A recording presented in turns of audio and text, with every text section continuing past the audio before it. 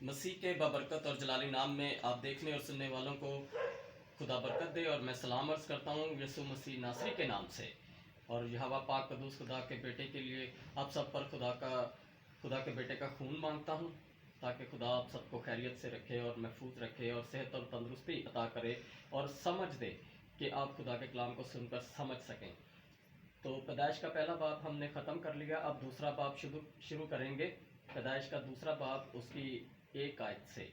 سو آسمان اور زمین اور ان کے کل لشکر کا بنانا ختم ہوا، اور خدا نے اپنے کام کو جسے وہ کرتا تھا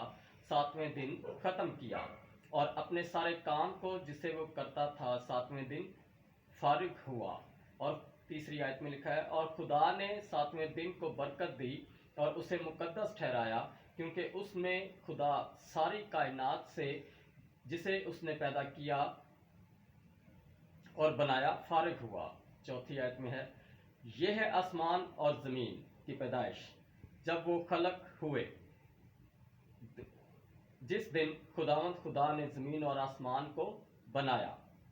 اور زمین پر اب تک کھیت کا کوئی پودا نہ تھا، اور میدان کی کوئی سبزی اب تک اگی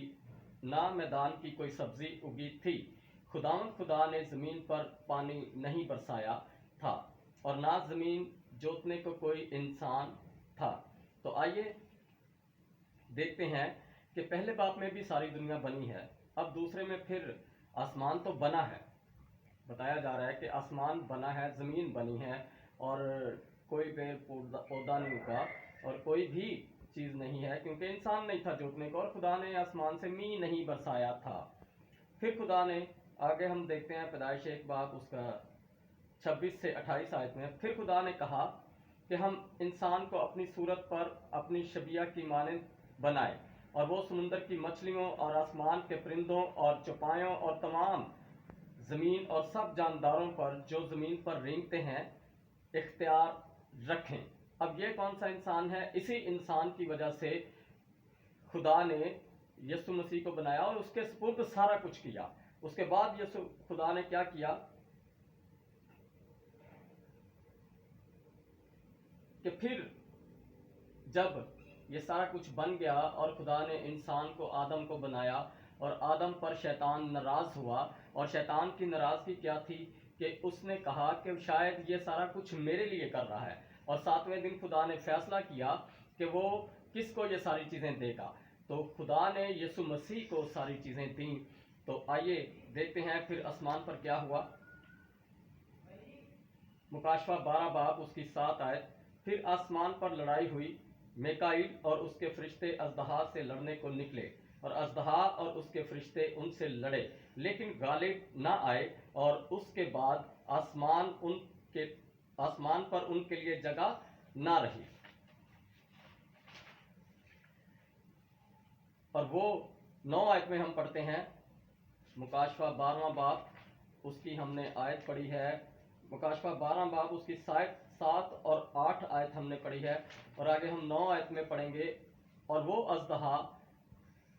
وہ بڑا اژدہا، یعنی وہی پرانا سانپ جو ابلیس اور شیطان کہلاتا ہے اور سارے جہان کو گمراہ کر دیتا ہے، زمین پر گرا دیا گیا، اور اس کے فرشتے بھی اس کے ساتھ گرا دیے گئے۔ 10ویں آیت میں لکھا ہے، پھر میں نے آسمان پر سے یہ بڑی آواز آتی سنی کہ اب ہمارے خدا کی نجات اور قدرت اور بادشاہی اور اس کے مسیح کا اختیار ظاہر ہوا، کیونکہ ہمارے بھائیوں پر الزام لگانے والا جو رات دن خدا کے آگے ان پر الزام لگایا کرتا ہے گرا دیا گیا، اور وہ برہ کے خون اور اپنی گواہی کے کلام کے باعث اس پر غالب آئے، اور انہوں نے اپنی جان کو عزیز نہ سمجھا، یہاں تک کہ موت بھی گوارا کی۔ پس اے آسمانوں اور ان کے رہنے والوں، خوشی کر مناؤ، اے خشکی اور تری تم پر افسوس،